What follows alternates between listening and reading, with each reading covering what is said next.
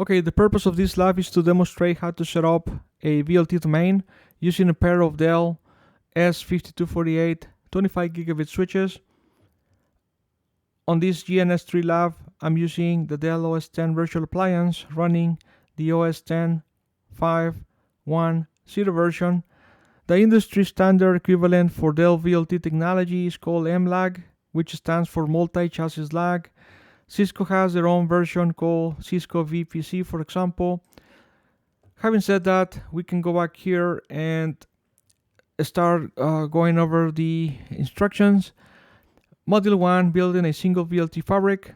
This module will demonstrate the use of the VLT virtual link trunking technology in the Dell EMC Smart Fabric OS 10. We already set the version 10.5.1.0. VLT is a layer 2 multipath technology that creates a lag for a server. So basically you can do a lag here for the server. This lag is going to be part of port channel 10, for example. And let's continue. Or a switch or any device that supports ACP to two different upstream devices. This is upstream device 1 and upstream device 2. So let's continue. The active connections improve the bandwidth and provides high availability to the soundbound servers and switch. So this is the switch, this is the southbound device, and we're providing a high availability. If this once we finish the configuration for VLT, if this switch goes down or you have to bring it down for maintenance and install a new image or a new firmware, then there is still another path to a second switch, so that way you can communicate with other servers in this stack, or you can communicate to another network. So the use case is to provide high availability. These are some of the benefits that we talked about already. The beauty of this is that you don't have any blocking links. These two links are up as long as you use LACP, for example. They're going to be highly available and the bandwidth is going to get aggregated. So if this port uses 25 gig and you have a second port with 25 gig, then you're going to have the aggregate of 50 gigabit pipe going up to these two devices. This module will cover the configuration of a layer 2 between two devices or between devices. In this case, the two switches into the VLT domain, and then providing a service to downstream devices. Configure VLT domains. For example, we're going to do VLT1, which is going to be just a single domain for these two switches. We're going to configure the virtual redundancy routing protocol that will allow this server that, just in case it has to go to another network that, let's say, is a layer 3, then you have a virtual IP address that can allow you to exit whatever switch is available upstream. So if switch 2 is down and you have two connections, right, going to an upstream device, then if switch 1 is the only one alive, you can still go and communicate to switch 1 to the upstream device. So that's what they're saying by configuring this virtual redundancy routing protocol. I think Cisco call it hot standby routing protocol, something like that. And then at the end, we're going to verify it and make sure that the configuration is working.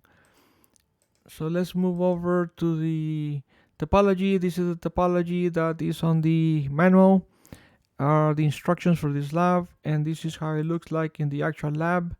So let's move on to the next one. I already turned on all these switches and the server, and actually the server is another switch. It's just that I'm just mimicking a server or appliance. So let's go ahead and log in into switch 1. So let's go ahead and open switch 1 and let's type admin, and we're gonna start configuring switch 1.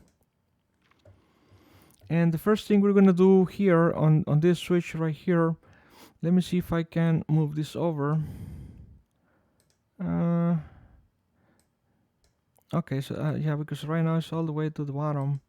So let's say, yeah, okay. So let's go ahead and configure the host name for switch 1. We're gonna call this switch OS10 switch 1.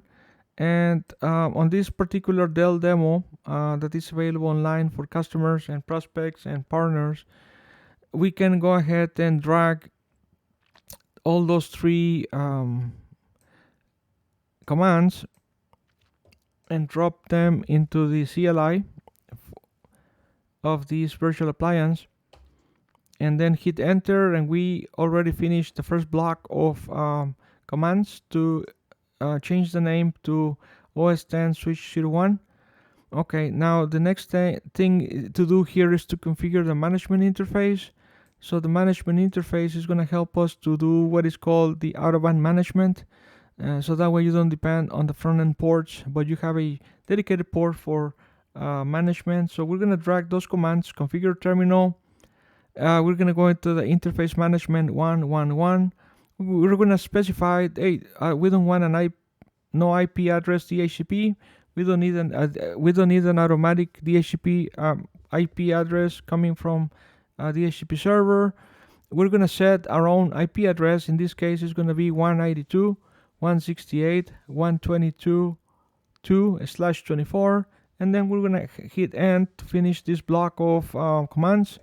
Then we're going to move on to place the discovery interface in non-switch port mode. So the discovery interface, I will explain. So on each of the top of rack switches, we're gonna take a couple ports that are gonna be linking one switch to the other in order to have a special port channel for this VLT domain. And so let's go back to this diagram and then just show what I mean. So over here we have these two ports, Ethernet 1, 1, 1, and Ethernet 1, 1, 2 in switch 1. And then on switch 2 we have, let's see, let me see if I can show the whole thing. Okay, switch 2, then you have the same port E, Ethernet 1, 1, 1, and Ethernet 1, 1, 2. So what we're doing here is that we're placing these ports in not switch port, meaning that they're not part of layer 2, they're not part of layer 3. We're going to leave them out and specify and use them whenever we configure the VLT domain. So once we do the VLT domain, there's going to be a port number that is going to be assigned, which is going to be, in this case, I think port 1000 for that special port channel. But at this point, don't do anything, just do no switch port, and that's it. We finish with this block of commands. Let me see if I can go back. There you go. Okay, so that's the interface range. So let's move on to the next one. It says create a VLT domain to enable the peer routing. And so basically the first command is going to be going to configure terminal. Then we're going to specify, hey, we're creating a VLT domain 1. And then we're going to select the discovery interfaces, right? Remember that what I said, that this process is going to create a special port channel 1000. So this is part of, hey, you go to these interfaces and look for the other side, and that way you can complete the configuration. So in this case, we're going to go ahead and type, finish this, and drag these new commands over here. Configure terminal, VLT domain 1, discovery interface 111, 112. Another thing that is important is that we're using a virtual MAC address, and this virtual MAC address is going to be basically a MAC address that is going to be for that virtual or that logical switch that we're creating. That particular MAC address is going to be for that logical device. Another thing is that we're going to assign later on a virtual IP address. That way, if this server needs to go out to the gateway, it's going to go to that virtual IP address and not to the IP address of switch 1, nor the IP address of switch 2, but actually to a virtual IP address and the virtual MAC address. So let's continue here to the next topic here. It says create a port channel, assign a VLT ID, and create VLAN 200. So let me drop these commands and I'll explain. Of course, I didn't pay attention here. That's fine. Okay. Okay, I think it took it, even though I finished. I didn't hit end. Oh no, it did. Okay, so let's do show config.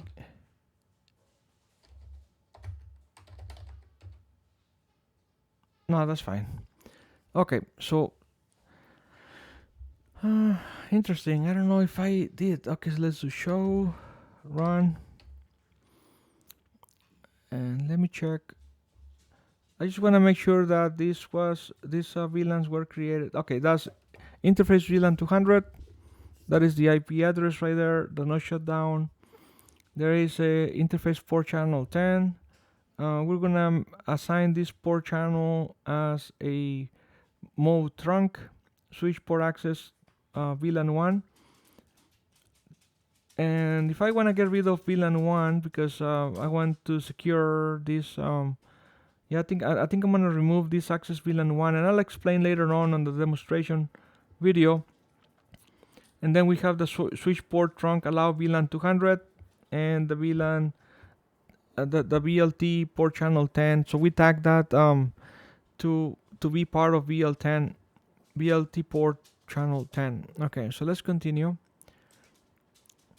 And then assigns members ports to the port channel. So then the next thing we're gonna do, we're gonna Control C to go back to the prompt, and let's go ahead and assign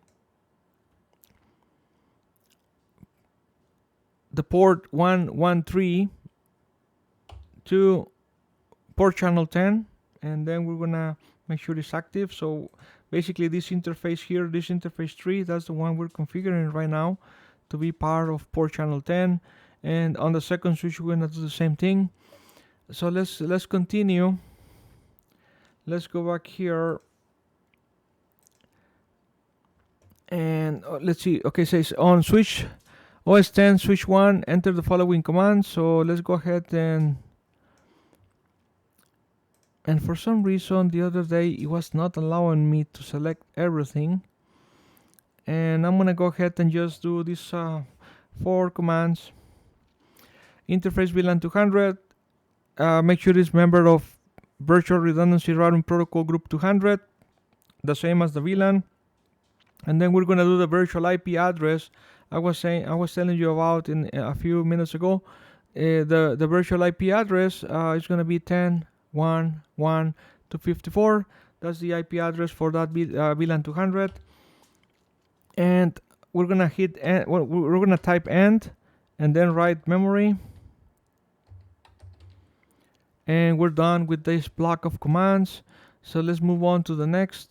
And okay, so right now we finished already the configuration of switch 1. I configured the management interface already. I configured these 2 ports to be part of no switch port because they're going to be part of the VLT domain. We configured a VLT domain, and then we said, hey, place these 2 ports in the discovery mode, so that way a port channel is created for the VLT, which is a private port channel 1000, for example. Then we went ahead and did make sure that port 113 is part of the port channel 10. We also created the VLAN 200. We placed an IP address for it, and then we apply on the VRRP group a virtual IP address that is going to be used for the downstream devices and not the IP address for the switch. And you get the idea. On the second lab, it's going to be fully configured, all 2 switches and this server, or this device mimicking a server, and then we're going to do some testing and a basic a basic configuration for passing traffic, and I guess that will end.